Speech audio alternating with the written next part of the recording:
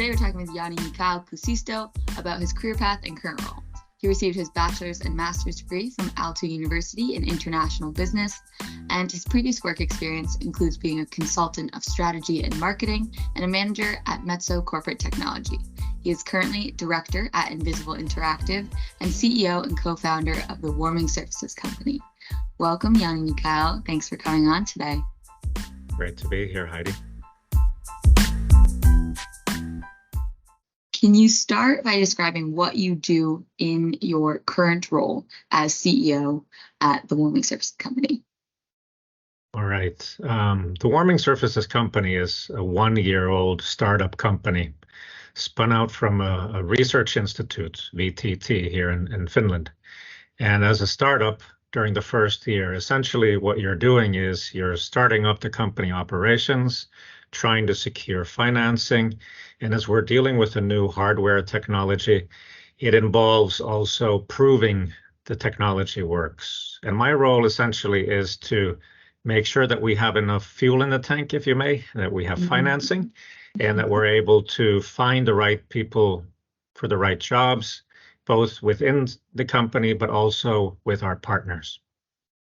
And then balancing that job with your other current role as director at Invisible, can you just give a sense of, out of a week, what percentage of your time are you spending on each role? Yeah, so Invisible is a company that's listed in the Toronto Stock Exchange Venture List, and I'm a board member there. And my role there is more to guide the executive team and to participate in the meetings. So my time spent there is not outrageously high. I'd say it's 10, 14 hours a month, whereas being a CEO of a startup is pretty much around the clock. So then for that, your role as CEO, which is much more pertinent to your daily life, can you give a typical day or week in your life with those roles? What does it look like on your schedule? All right. So the beauty of being in the startup and being an entrepreneur is that you actually have quite a lot of say on how you spend your time. You have quite a lot of freedom because everything is actually up to you to be busy and get things done.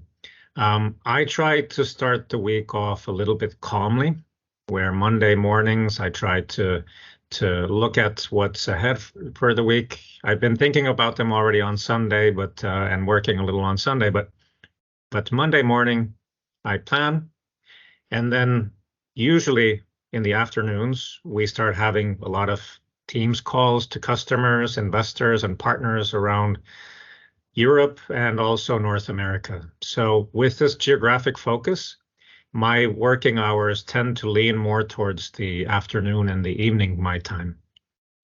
And during the week, oftentimes I have at least 2 or 3 travel days.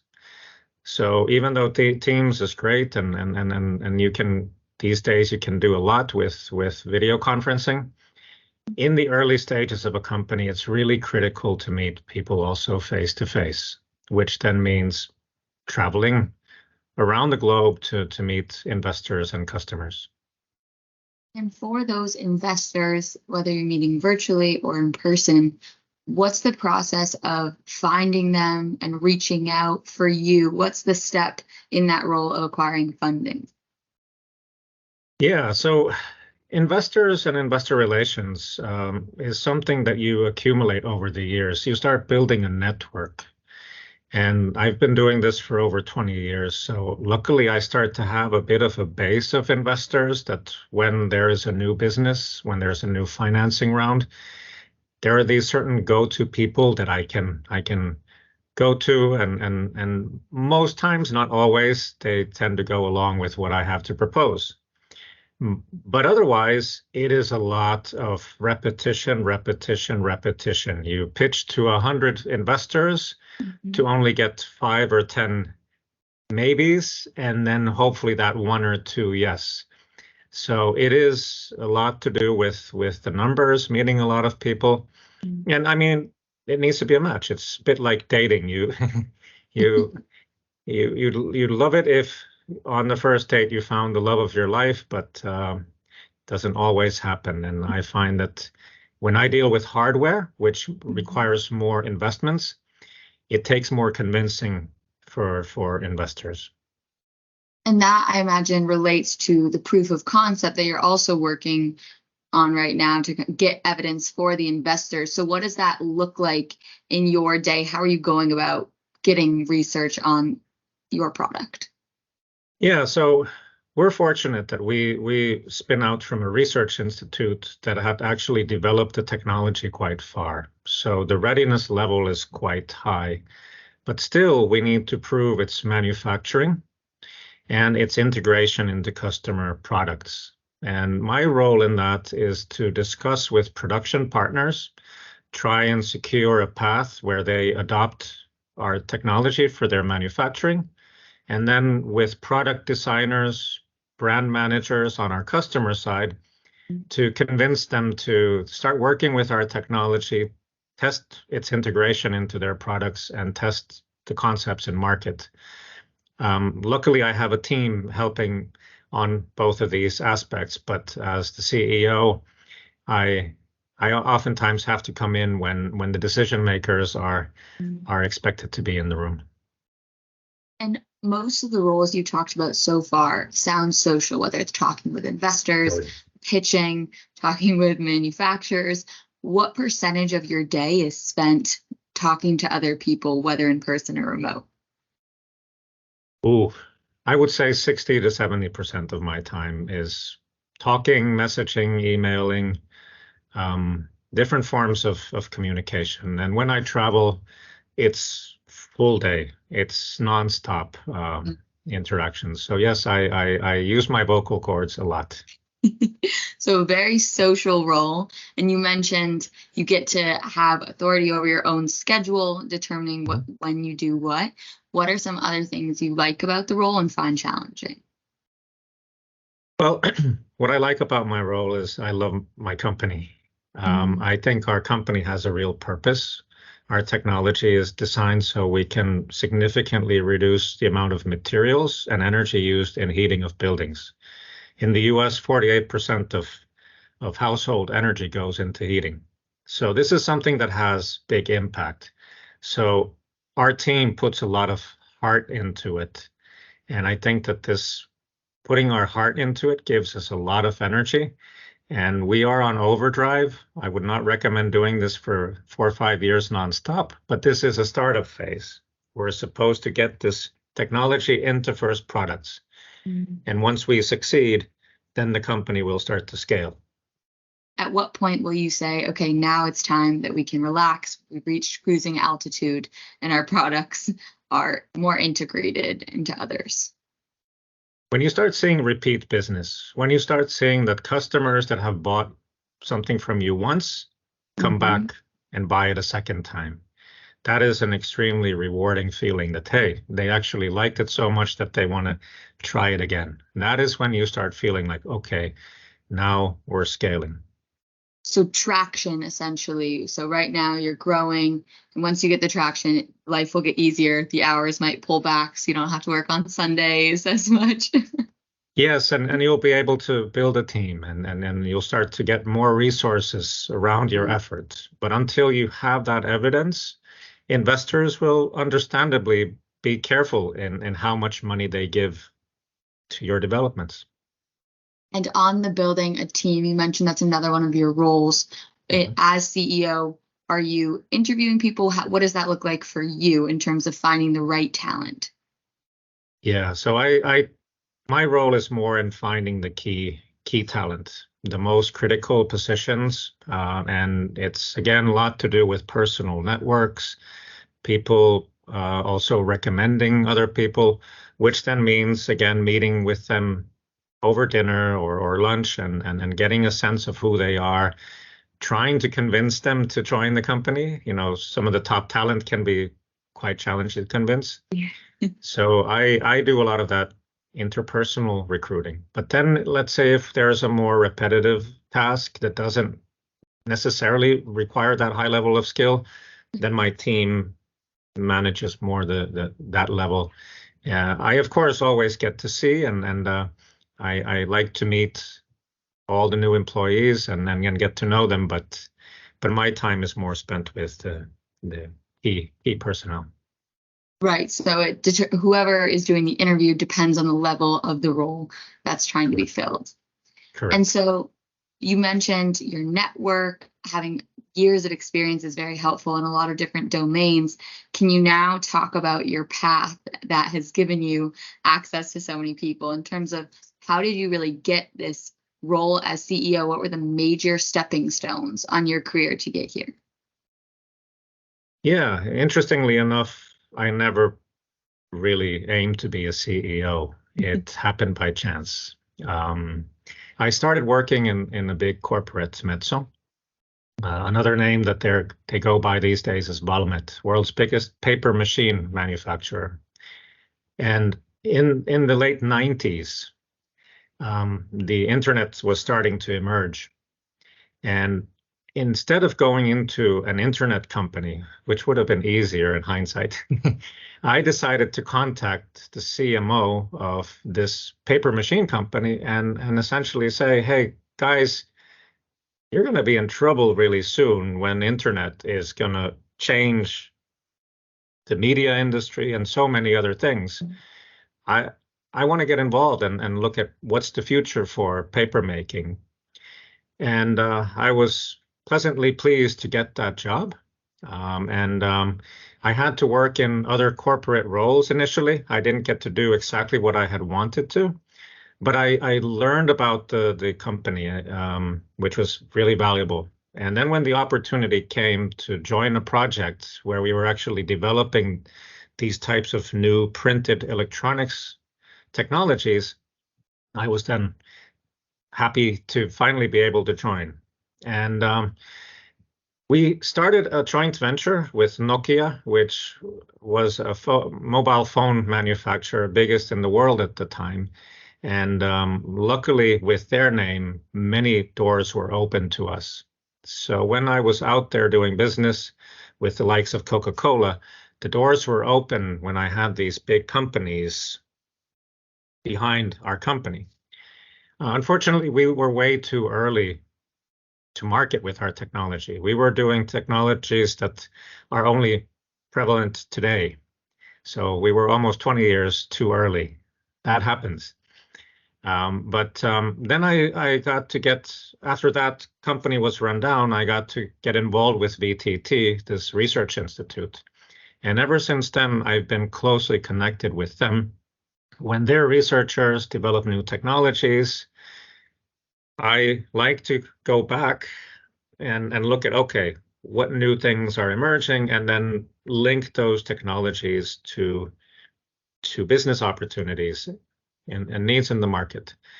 And I feel comfortable in that place of, okay, I go find technologies, try and find a market for them, start the companies, and hope they grow. And then I find a new CEO for the company, and I go back to square one, if you may. Mm-hmm. So and many times these companies start off very small with 1 or 2 people. And then as a founder, you end up being CEO until you find a replacement once the company is growing. So that's my story. It's a great story. And I have a few follow-up questions. So you said you didn't expect to be a CEO, and yet it sounds like your role now will be a serial CEO as these new companies appear with new technologies, or you may be the 1 or 2 people at the start. So from working at VTT, at what point were you asked to then be the CEO of the technology that was new at the time? Yeah, that's actually an excellent question. When you work with researchers in a research institute, many times they're not very entrepreneurial. They love their research. They love their technology. They want to write papers. They want to patent, but they don't necessarily then feel comfortable taking that technology into products. They're risk averse. I tend to have an understanding of the researcher mindset. So what I do is I spend time with them and we discuss the opportunity and how we see the technology going into products. So I really engage with the researchers, and if the researchers buy into what we are discussing together and they're ready to take that risk, then oftentimes VTT is very supportive and says, okay, here, we'll invest the technology into the company now that the key inventors are also involved. So again, it's about interpersonal skills, listening to these people, understanding if entrepreneurship is something they can handle, or if it's better that, hey, continue doing your world leading research. We'll handle this some other way. So that's how I become CEO is by building a team. So relationships are a key aspect of a lot of your roles, it seems, from getting into the role of CEO to then flourishing there.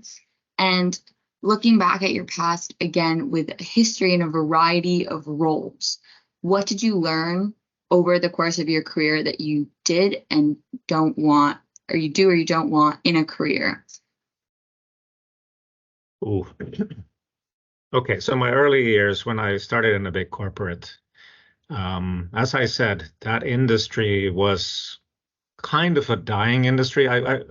It is not gone anywhere. It's been able to renew itself, but had it stayed in what it was doing at the time, it would have quickly died away. There tends to be a lot of bureaucracy and a lot of internal politics in those type of companies. And for me personally, it was extremely frustrating that new ideas were very difficult to get across. So this is something personally for me, I have difficulty if the organization is too stiff and too stuck in its previous successes. So that for me personally, I felt a great sense of relief when I was able to get out of that corporate structure and start doing new things. And building new companies, the challenge for me has been finding balance in life, remembering to take time for family and myself as well. And this is something that I always struggle, is finding that balance. I get way too excited about the work, and we all have areas where we need to improve, and that's my area of improvement. So wherever you are, there's always going to be something that can improve. But with the startup, the pace can be quicker in terms of new ideas and trying them out, a little more bureaucracy with bigger corporate organizations. Yes. But then also with a startup, there's fewer checks and balances in terms of your work-life balance, because you are, especially as CEO, there's no one above checking you to holster. So then moving into, for you, most jobs have opportunities to move up the ranks, but as CEO, where are your opportunities to move up? My opportunities to move up are, once there will be that bigger success, I'll be able to transition more into a role of being a director in companies, maybe working with investment funds on the investor side, and hopefully also getting into the field of education, kind of sharing also my experiences from through the years. So that is what I aspire to do in the future, is tone down a little bit of the startup life, but I need that success. I don't want to only talk about those failures or those not so great businesses, but I'd like to do that transition with a success. Yeah. Once you find the success, then you can share how those failures led to it, but you have to finish the story with a positive before you can have those That's roles. exactly right, Heidi. Yes. Yes. So then can you give advice, especially on that idea of failure and not being stopped by that, but instead inspired to work towards success, advice for individuals starting in their career who are maybe finding failures, who maybe have a similar experience as you have with a company that didn't do as well as they expected, and how they can be resilient from that experience? Yeah, first of all, never go all in.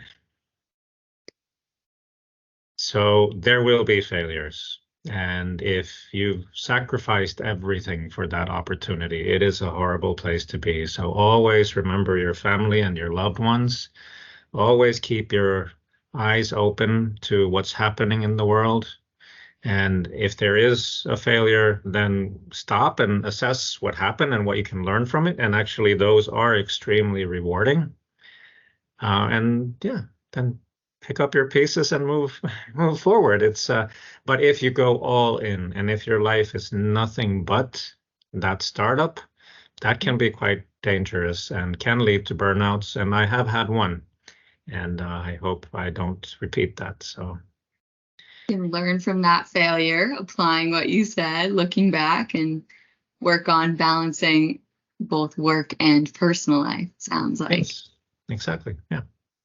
And you mentioned that your career before being CEO has helped you immensely in the entrepreneurship world. What advice would you have for those interested in entrepreneurship who don't have 20 years of experience and maybe want to start at a younger age? Would you recommend they wait, or would you say to go for it? Oh, it depends. It depends on so many factors. I entered a field that it was very conservative. So my path was better to go through a bigger corporate, learn how the current system works, build networks, build some credibility, and then look for that opportunity. Although again, I didn't know I would end up as an entrepreneur and as a CEO. I wanted to do new things. But if you're going into a sector that is very conservative, I would encourage you to get personally acquainted with that field so you understand what you're up against. Mm-hmm. However, the world is changing fast, and a lot of young minds are coming up with brilliant new businesses. So if you are doing something that is completely revolutionary, you don't need to care about the rules of the game, how it's been now. You don't mind being an elephant in the porcelain shop. I don't know if you have that saying in the US. Okay. Yeah, so I say do it. It depends on what opportunity you're looking at. But I would advise, if you're dealing with a conservative sector, go and learn, but don't become like them. Remember, you wanted to change it. You will be tempted to take on these executive positions, but if you have that drive to reinvent, innovate, always keep that at the back of your mind. Right. Remember your mission and stay guided by Correct. that. And speaking of mission, you talked about the fulfillment of your role, believing that you have a purpose in saving energy, materials, but you also talk about at the early stages of your career, balancing getting that boots on the ground experience to learn about companies. So what advice would you have for new job seekers on balancing practicality of getting experience, but also fulfillment of pursuing something meaningful to them in their job? Usually life is about the path you take, and you need to find joy in what you're doing, and you need to celebrate those little victories. You have a presentation to the management team of the corporate that funds your project. Enjoy that moment. Enjoy those lessons you learn in the path. Celebrate them. I think, that path and stopping, celebrating, and learning about what you're doing is critical no matter where you start in the process. And then the big wins, yeah, they'll come.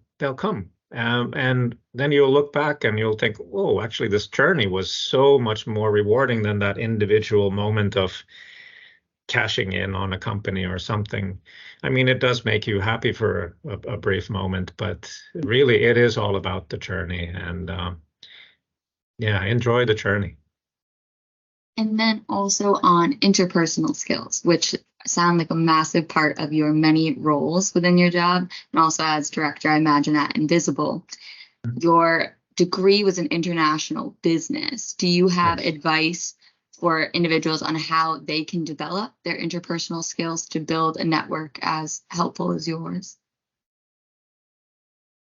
It's a lot to do with listening. So I previously said that I use my vocal cords a lot, which is a bad sign. Maybe I've not been listening enough. Get to meet people, get to know them, be curious about what they're doing, what they're thinking. It's not always just pitching your idea.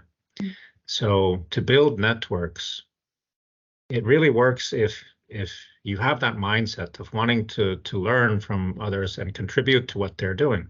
And it can be some observations that you can give to them. And then they feel, wow, this person really helped me. And they'll remember that and they'll come back to you, or when you approach them the next time, they'll think of you positively. So, think of the common good, think of, helping others, and ultimately they will also help you. If you have a little bit of Christian in you, the golden rule is actually a perfect rule for networking.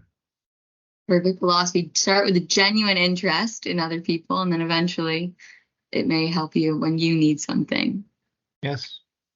And then broad general career advice for especially new job seekers. Any advice on how to figure out what's the best fit for you? For me, it's been a path.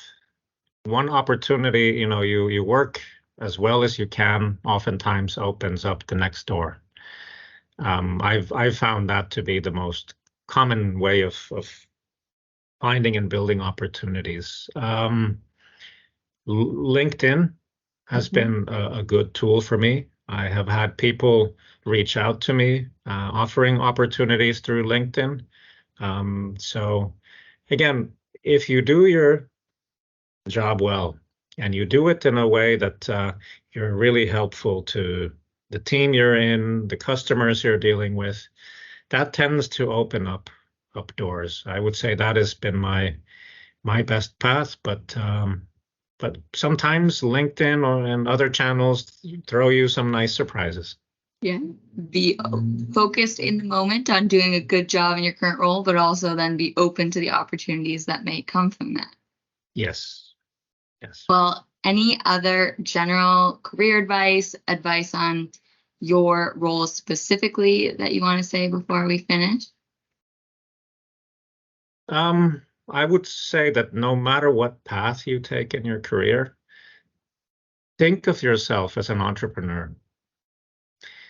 Because more and more these days in the world, you don't just have a box where they position you and then you lead a 9 to 5 and have a repetitive job. All those repetitive jobs will disappear.